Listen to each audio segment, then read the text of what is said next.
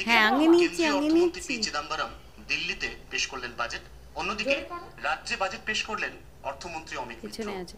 কি পেল মধ্যবিত্ত জানতে আমরা চলে এসেছি হাজরায় আদক পরিবারের কাছে।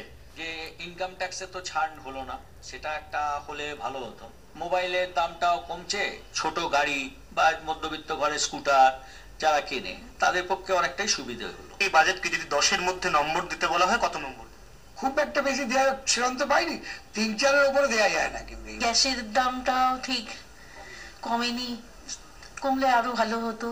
বাজেটটা খুব একটা কিন্তু মানুষের ওপরে প্রভাব ফেলবে না।